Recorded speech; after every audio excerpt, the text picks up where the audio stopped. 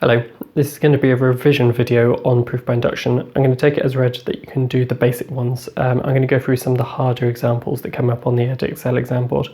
I've taken this example from the textbook. It's on page 161. I'm going to do it in a different way from the textbook. I'm going to do it in a way which I think is easier. So we're going to start it off like any other proof by induction. We're going to try the first case. I've already written it out to save me the trouble. So, if we put the first case in, n equals 1, f of 1, we can put it in there. I'm labouring the point slightly as we go through this, just to show the examiner that I've done all the work here, rather than just putting it into my calculator. But it gives us 133, which is divisible by 133, so we're all good there. Next thing to do is the assume step, so let's write that one out. So, assume n equals k. There is always a mark in the exam board, the mark scheme for this. Let's just write it out. So f of k equals 11 to the k plus 1 plus 12 lots of 2k minus 1. And I'm going to say that this is divisible by 12. So it equals, sorry, not 12, 133 lots of, and I need to just pick a letter. I'm going to call it A, like that, where A is in the integers.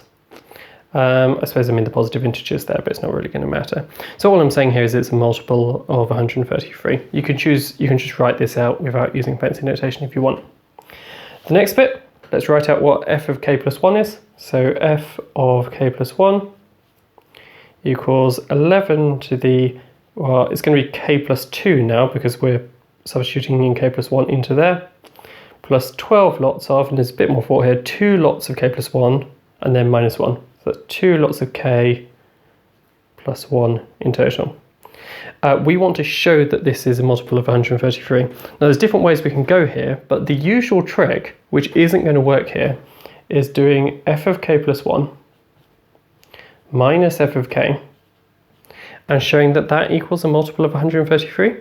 This isn't going to work. I'm going to do it anyway, just to show you what goes wrong, and then I'll show you the correction here, because this will work for most of the ones that you encounter. So, well, we've got that one there, which is 11 to the k plus 2 minus 11 to the k plus 1. And then we've got the 12s, so we've got plus 12 to the 2k plus 1. And then we've got minus that one up there, so minus 12 to the 2k minus 1. Now, the usual trick here is we start expanding out, or factorising out these things here. So equals 11 to the k plus 1, 11 minus 1. And then on this one, we'll factor out the 12 to the 2k's plus 1s, so minus 1s. And if we factor that out, we've got 2 factors of 12 there, so 12 squared, which is 144, minus 1. The problem here is that neither of these things are 133. We've got 10 lots over here, and we've got 143 lots over here. Now in the book, they then go in a different direction with this. What I'm going to suggest is an easier method in general for these is, instead of trying to justify that the difference between these is a multiple of 133, what we're going to do is we're going to adapt it slightly. I'm going to use the second colour here to show the adaptions. And instead of taking away just the first term, let's do like a constant lots of the first term. So let's do like c lots of f of k.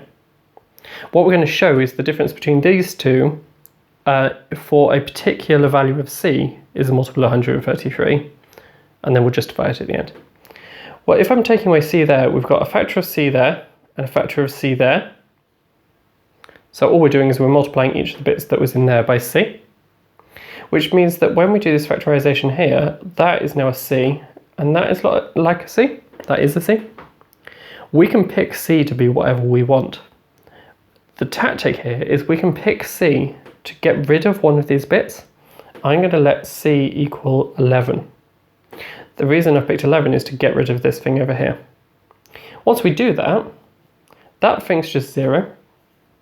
That thing over there, well, if I take away, that's a c, so I'm taking away 11, I've got 133 lots of 12 to the 2k minus 1. We're almost done at this point. Let's just rearrange this equation by taking this term here to the other side.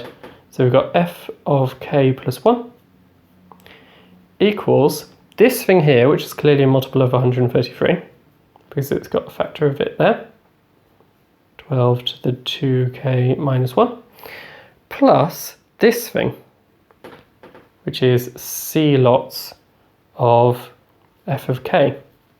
However, if we go back a bit in our proof, we assumed that f of k was a multiple of 133.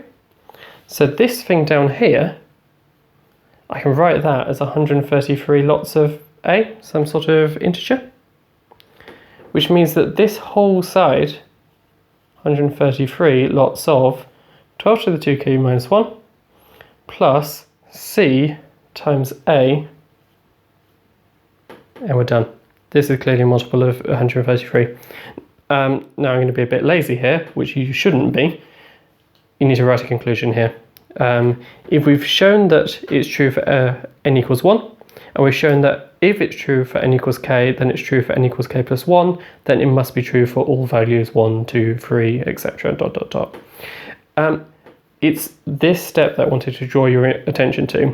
Instead of just finding the difference, taking away some multiple of the first one, this pretty much always works. This should work for you. I'm going to give you one which is of this form just for you to have a go at.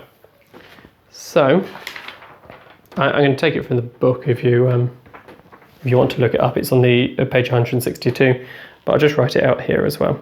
What I'd like you to prove is f of n equals 8 to the n minus 3 to the n. We want it divisible by 5. It uses the same tactic. See if you can have a go.